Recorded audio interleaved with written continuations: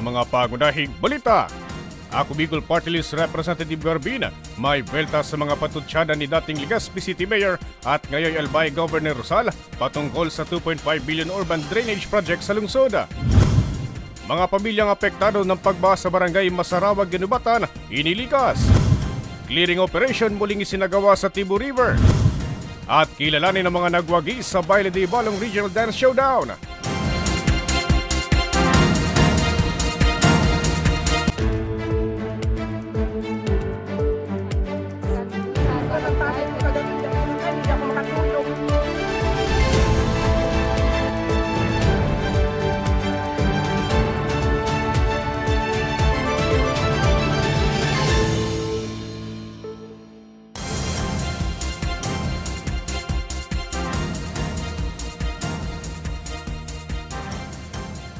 Magandang gabi, narito ng mga balitang dapat ninyong malaman ngayong araw, ika-26 ng Agosto, taong kasalukuyan.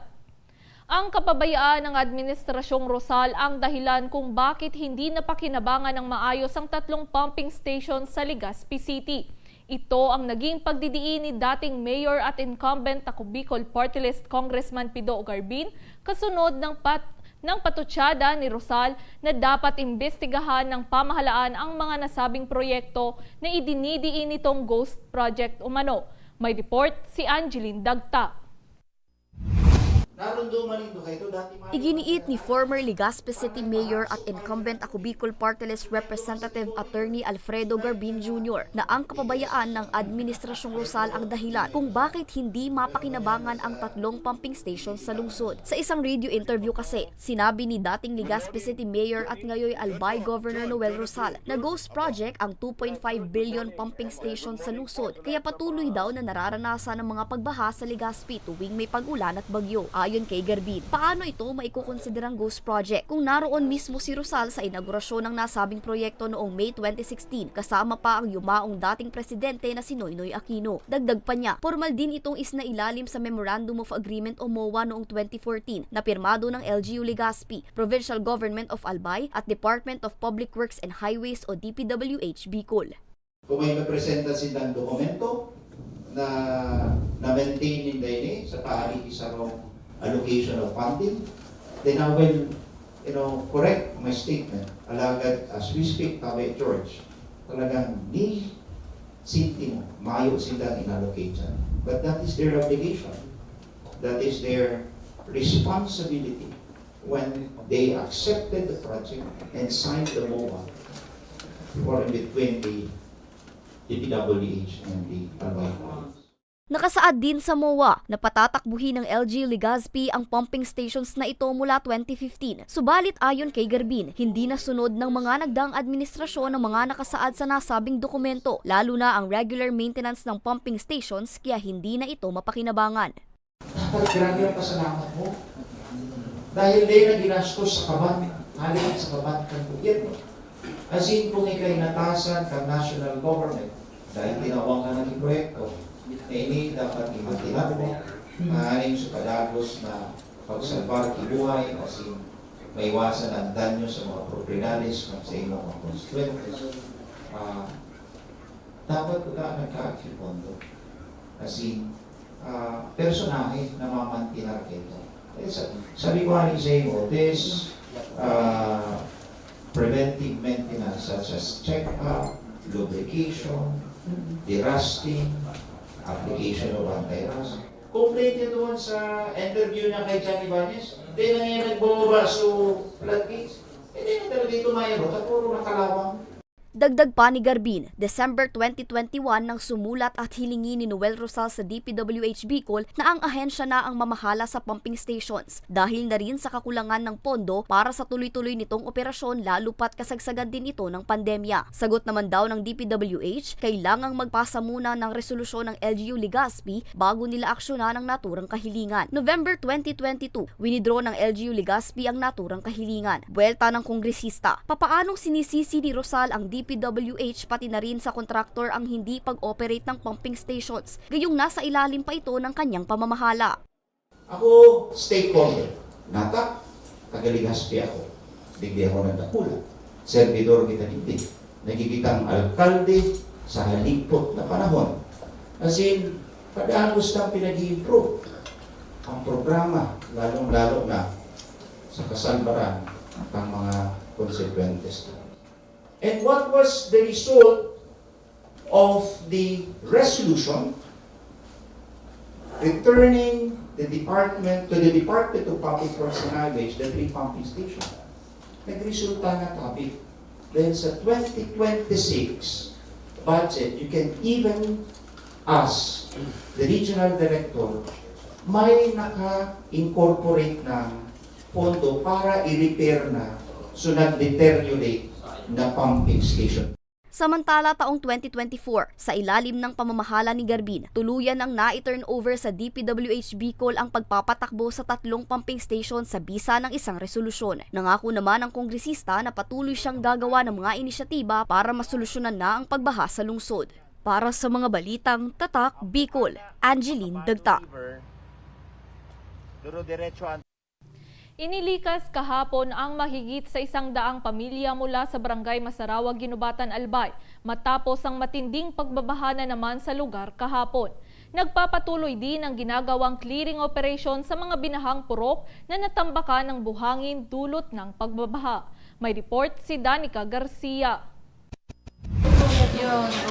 Pansamantalang nakasilong sa Ginubatan Community College sa Barangay Mauraro, Ginubatan, Albay ang pamilya Mansilya ng Purok 6 Barangay Masarawag, Parehong Bayan. Matapos na muling bahain ang kanilang lugar kahapon dahil sa matinding pag-ulan. Maigi na umano ito na nasa evacuation center sila lalo pat patuloy pa rin ang pag-ulan. Medyo natakot kami marami dahil sa baha. May mga baha, tapos mga bato, marami. Doon yung sa bahay ko, muntik na lang na pumasok na ganyan ang bahay ng Purok 6. Ayon kay Ginubatan Mayor Gemma Onghoko, 343 na individual o 144 na pamilya ang kasalukuyang nanunuluyan sa nasabing evacuation center at naabutan nila ng tulong katuwang ang DSWD Bicol. Actually ma'am, hindi naman talaga yung buong barangay flooded. So may mga certain lang na areas like dito, dito lumalabas yung debris. Tapos diyan sa may church wala, tapos doon. Kumbaga nasa three sections ang nilalabasan ng laharo. So basically may may area naman na klarado. Para masiguro naman ang kalusugan ng mga bakwit, nag-alok din ng libreng check-up at mga gamot ang Rural Health Unit ng Ginubatan. Batay sa datos ng RHU, nakapagtala sila ng 2 kaso ng hand, foot, and mouth disease, 3 may hypertension, 3 may sugat at 1 ang nahirapan sa paghinga. So with regards po sa hand, mouth, and foot disease, meron din pong isolation room dito para at least hindi na po makaulakit or hawa sa ibang mga bata. So yun po, ina-encourage namin na parati pa rin po na maghugas ng kamay every now and then, lalo po kung maghahawak po ng pagkain. So bago kumain, maghuhugas po ng kamay. Then dito po sa mga hypertensive patients, so minumungkahi po namin na parati pong uminom ng tubig. Tapos yung po nila ngayon, yung mga damit, dapat po comfortable din po. Samantala, nagpasalamat naman si Onghoko sa iba't ibang ahensya na patuloy na nagpapaabot ng tulong sa kanyang mga kababayan na naapektuhan ng nasabing pagbaha. Okay, dun po nakapamigay na tayo kagabi ng mga food packs and nagpakain na tayo ng dinner, rice, then ulam, then kanina nag-serve tayo ng breakfast, rice then with corned beef and hotdog. Ngayong lunch, rice pa rin. So asikaso naman po ang mga evacuees natin. As to dito po sa mga hindi nag-evacuate, nagpe-prepare din po ang DSWD. Sa ngayon, nagpapatuloy ang ginagawang clearing operation sa Barangay Masarawag dahil sa tambak na buhangin dala ng pagbaha. Para sa mga balitang Tatak Bicol, Danica Garcia. Sa Legazpi City, muling nagsagawa ng clearing operation sa Tibo River ang City Engineering Office matapos na muling matambakan ng mga basura dahil sa sunod-sunod na naman na pag-uulan. May apila naman ang naturang opisina sa mga residente. May report si Rose Bilista. Nabunutan daw ng tinik sa lalamunan ang residenteng si Nanay Emily ng Barangay Orosite, Legazpi City matapos na muling magsagawa kaninang umaga ng clearing operation sa Tibo River ang mga tauhan ng City Engineering Office. Matagal na daw kasi niyang pinoproblema ang mga nakabarang basura sa naturang ilog na siyang dahilan ng pag-apaw ng tubig at pagbaha sa kanilang lugar. Bukod sa baha, nagdudulot na din ito ng masangsang na amoy. Sobrang mabaho po, lalo na pag ganitong uulan tapos iinit, yung alingasaw niya mabaho talaga. Ayon kay Engineer Clemente Ibo, Chief ng City Engineering Office, ang mga basurang ito ay naipon pa nitong mga nakaraang pag-ulan. Bukod anya sa mga basura, may ilang patay na hayop rin silang nahakot. Dahil dito, nakiusap si Ibo sa mga residente sa lugar, maging sa mga katabing barangay na maging responsable naman sa pagtapon ng basura, lalo pat maaari din itong pagmula ng sakit. Actually, regular tayo dito mag-clearing kasi medyo yung mga kasama natin sa ibang barangay, ginawa ng basuran talaga to. So talaga hindi maiwasan. We are coordinating with the barangay captain of different barangay na dinadaan ng Tibo River na to, na sana naman ipulis nila ang kanilang hanay, kumbaga yung mga barangay nila na huwag tapon ang tapon dito. Kung makikita nyo, ilang truck nang naalis natin. Kung kanina makita nyo yan, ay nako, punong-puno yan. Ayon naman kay punong barangay Mariano Madela, mahigpit nilang ipinapatupad ang segregation at proper disposal ng mga basura. Sadyang may ilang pasaway daw talagang residente. Idagdag pa na inaanod patungo sa kanilang barangay ang basura mula sa mga kalapit nilang lugar. Gayunpaman, nagpapasalamat anya sila sa inisyatiba ng naturang opisina at ng lokal na pamahalaan. Nailingtan mo niya maski holiday baga po yaon sinda sa grupo ninda talagang pigurasan po para maali po ining ang basura. So pasalamat din po kami kay Mayor Hisham and then kay City Engineer Ibo. Sabay po ang sa iyang mga team sa City Engineering Office na dahil man talaga sila nagpapabaya na maurasan mahali po ining mga basura digdi sa likod. Samantala, umabot sa 4 na truck ng basura ang nahakot sa naturang ilog. Para sa mga balitang Tatak Bicol, Rose Bilista.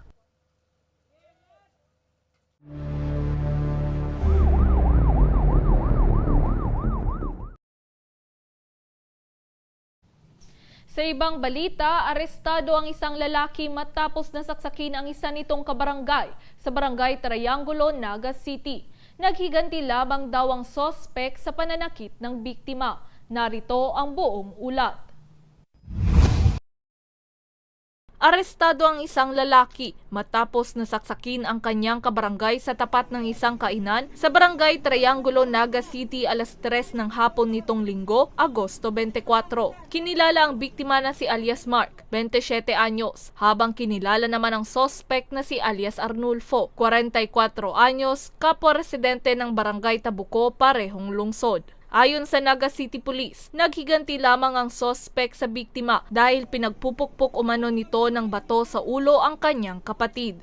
Kumbaga nagkaroon ng komosyon natapos na itong pananaksak at sa tulong na rin ng mga dumadaan at ng concerned citizen, mabilis po itong i-report sa ating kapulisan, particularly dito sa mobile patrol unit na malapit lamang ang kanilang outpost. At may nakapagtawag din sa COMCEN o yung Communication Center ng Naga LGU. Kaya mabilis po na puntahan itong lugar ng insidente at agad na isugod sa ospital ito pong biktima. Yun naman pong suspect ay agad din naman natin nahuli at dinala natin sa Police Station 5 para sa investigasyon. Nagpapagaling pa rin ngayon sa ospital ang biktima dahil sa seryosong sugat na tinamo nito sa braso. Posible naman na maharap sa kasong attempted murder ang suspect. Sa totoo lang meron tayong update regarding sa kaso na yan. Since magkakakilala naman po itong suspect at itong biktima, nag-uusap-usap pa po sila kung itutuloy ba yung pagsasampa ng demanda laban dito sa suspect. Sa ngayon po wala pa po tayong nakukuhang konkretong impormasyon kung i-attract na ba yung kaso o itutuloy yung pagsasampa. Naging matagumpay ang pag-aresto sa suspect dahil sa maigting na pagpapatupad ng 5-minute response time strategy sa lungsod. Para sa mga balitang Tatak Bicol, May Insinares. Susunod, 2 lalaki huli sa pagnanakaw ng motorsiklo sa Basud, Camarines Norte. At magkakamag-anak sa Dahit Camarines Norte na biktima ng sunog, tinatiran ng tulong ng Ako Bicol Party List. Yarti mo pang balita sa pagbabalik na Ako Bicol Online TV.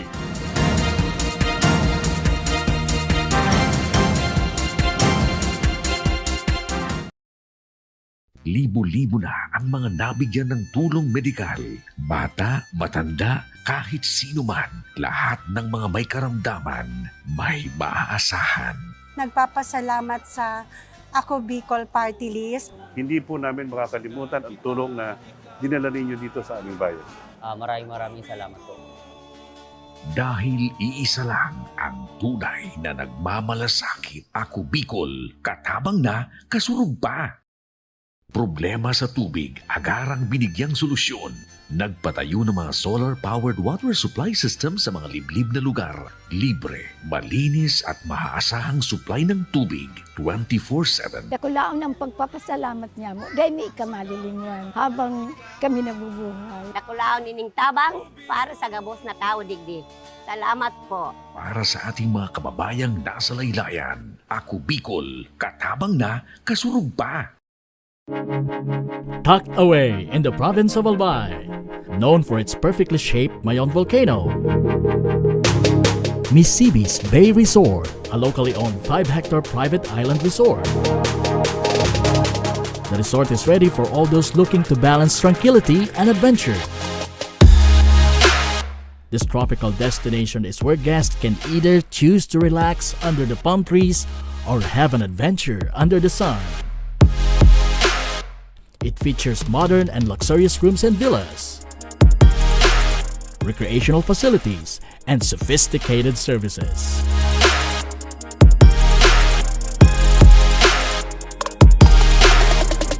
Come and experience Misibis Bay Resort, your tropical island getaway.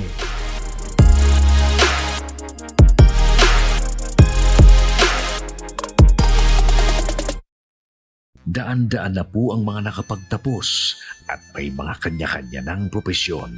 Sa kanilang pagpupunyagi, walang masidlan ang kanilang mga ngiti. Yun at sa Gabos, nagpapasalamat po ako sa AKB. Gusto ko lang po magpasalamat sa Ako Bicol sa opportunity na tigtatao po arag po sa kuya na estudyante. Dahil naandyan lang, katuwang lagi, Ako Bicol, katabang na, kasurog pa.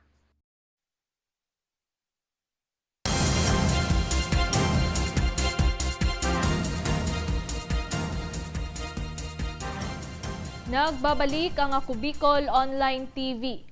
Kulungan ng bagsak ng 2 lalaki dahil sa pagnanakaw ng motorsiklo sa Basud, Camarines Norte. Nabatid na dati nang nakulong ang mga sospek dahil sa kasong pagnanakaw. May report si Elianzon. Himas rea sa ikalawang pagkakataon ang 2 lalaking ito matapos madakip sa ikinasang hot pursuit operation ng mga tauhan ng Basud Municipal Police Station sa Poblacion 1, Basud, Camarines Norte, pasado alas 5 ng hapon nitong Sabado, Agosto 23. Kinilala ang mga sospek na sina alias Jerome, 19 anyos, at alias Vince, 24 anyos, parehong residente sa nasabing bayan. Ayon kay Police Captain Mark Anthony Armea, ang Acting Chief of Police ng Basud MPS, nakatanggap sila ng mula sa isang guro patungkol sa nawawala nitong motorsiklo na nakapark lamang sa labas ng pinapasukan nitong paaralan. Sa backtracking sa mga CCTV footage, agad na natukoy ang pagkakakilanlan ng mga sospek. Habang mayroon pong activity itong Basud National High School, meron po sila induction ceremony. Pagmamadali po ng ating puting teacher ay naiwan niya po yung motor niya na nakabukas na hindi niya po sinasadya. Siguro po kakamadali po dahil na meron silang activity. Nagkataon naman po itong 2 suspect ay meron lang talaga silang balak na gumawa ng krimen sa lugar. Kasi alam nilang may activity. Nung pinakausap namin sila, ang unang sana nilang balak po ay pagkakaw sa mga naiwang bukas na sasakyan. Ngayon po, nakita nila itong motor na nakabukas. Binuksan muna nila yung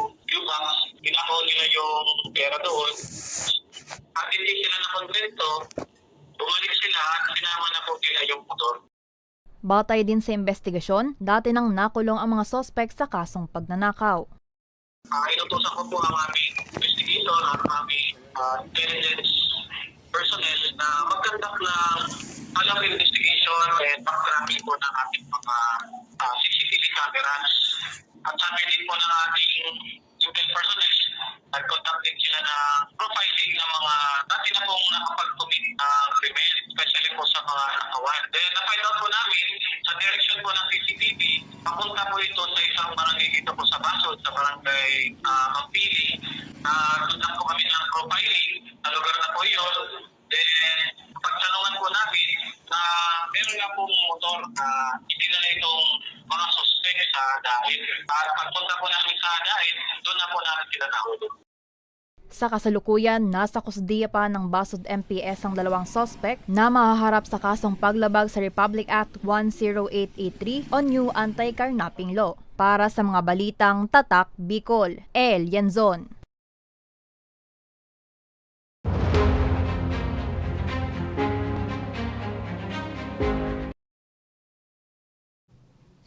Personal na binisita at hinatira ng tulong ng Ako Bicol Party List ang mga magkakamag-anak sa Daet Camarines Norte na biktima ng sunog.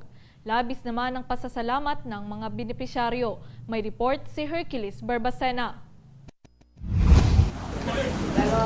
Labis ang pasasalamat ng 72 anyos na si Lola Aida Completo ng Barangay Gubat, Daet Camarines Norte sa iniabot na tulong sa kanila ng Ako Bicol Party List matapos na masunog ang kanilang tahanan nitong Hulyo 28. Hindi niya aniya alam kung paanong makakabangon muli dahil tanging pagtatanim at paglalako lamang ng gulay ang kanyang hanap buhay. Pabalik-balik din sa ospital ang kanyang asawa dahil sa sakit nito sa puso. Kaya naman, napakalaking bagay na aniya ang hatid na tulong ng partido. Malaking tulong na itong ibinigay sa amin ng Ako Bicol kasi kahit anong hirap po namin, dahil hindi ko pa ito basta ko na lang madadampo sa palengke. Kaya malaking tulong na talaga pong malaking tulong ang nangyayari dito sa amin, dito sa Bicol. Nadamay din maging ang bahay ng kanyang anak na si Cristina kung saan kasama sa mga natupok ang mga gamit nito sa paggawa ng sorbetes na tanging pinagkakakitaan din ito para sa kanyang pamilya. Hindi aniya sapat ang kinikita ng kanyang mister sa pag-i-extra sa pagmamaneho ng truck, pero kahit papaano'y nabawasan daw ang kanilang mga alalahanin dahil sa tulong ng Ako Bicol. Maraming salamat po sa lahat na tumulong sa Ako Bicol. Party list, salamat po marami. Mga ma'am, mga sir. Ilan sa mga bitbit ng Ako Bicol team ay mga damit, 2 solar panel set, mga gamit pambahay, tent at 100 kilong bigas na paghahatian ng mag-anak. Ito yung katulad ng ganito nangyari. Meron din mga nangyari na sunugan na iparating din po ni Congressman Saldico dito sa bayan ng Daet. At lalong higit sa Barangay Gubat po. Hangad ng partido na sa simpleng tulong na ito ay nabigyan nila ng bagong pag-asa ang mga nasunugan. Samantala, pansamantalang kinupkup ng kanilang mga kaanak ang 2 nasunugang pamilya. Para sa mga balitang Tatak Bicol, Hercules Barbacena. Kilalanin naman natin ang mga umangat sa Baile de Ibalong Regional Dance Showdown kagabi na maswerteng magpe-perform bilang front act sa Bini Concert sa September 6. Si Mel Moral sa buong detalye.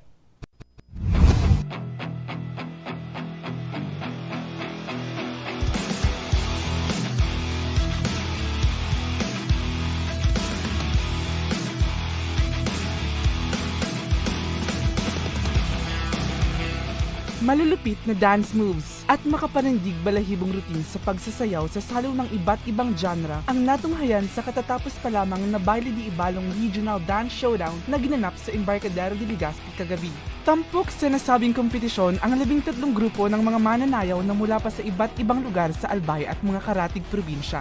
May mga taga Tabaco City, Naga City at Sorsogon City.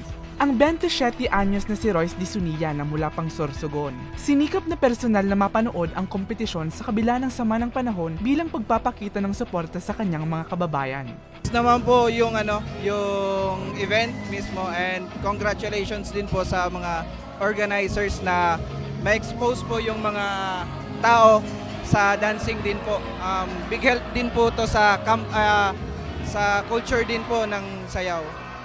To expose din po yung mga dancers. Hindi lang po tayo dun sa sports na nakatutok. And thankful din po kami na nakasali po dito yung Sorsogon City po. Ayon sa event chairperson na si Lorenza Lopez Cadag, ito ang kauna-unahang pagkakataon na nagkaroon muli ng dance competition sa Ibalong Festival matapos ang mahigit kumulang 20 taon. Anya, ito ay naging posible dahil sa suportang ibinigay ni Legazpi City Mayor Hisham Ismail. I'm so happy and we are very lucky na very supportive si Mayor Hisham Ismail. Then yan, eto na siya. And we are looking forward for a yearly event. So this event, it's open for not only one style but open to all genre. Naimbitahan rin ang ilang kilalang dancers na sina Teacher Cookie, Carlos Serrano III at Trisha Martin bilang mga hurado. Talagang kumuha, parang yung certification and hindi mo talaga mababasta-basta yung mga credentials nila eh. Talagang we choose judges na talagang hindi mo lahat ng participants masasabing legit yung judges nila and no question sa kinuha nating judges. Itinanghal na second runner-up ang Rincona Dance na mula Iriga City na nag-uwi ng 10,000 pesos. First runner-up naman ang Muñeca na mula Naga City na nag-uwi ng 20,000 pesos. At champion naman ang Soul and Ties na mula pang Sorsogon City na nag-uwi ng 35,000 pesos. Nagpanalo po sa amin siguro po ang pagiging solid as one po talaga na yung goal po namin palaging aim high kami palagi and then yung ginugol namin palagi na alam mo po yung fighting spirit namin na talagang gusto namin ma-achieve ang pagiging champion. So yun po, palagi lang kaming positive. So yun po ang pinaka-rason siguro ko kung bakit kami nanalo. Maliban sa cash prize ng mga nagwaging kupunan, sila rin ay magpe-perform sa front act show ng Bini Concert sa September 6, 2025 sa Albay Old Airport, Legazpi City. Para sa mga balitang Tatak Bicol, Mel Moral. We are Soul and Ties from Sorsogon City! At yan ang mga balitang nakalap ng Ako Bicol News Team. Ako po si May Insinares. Salamat!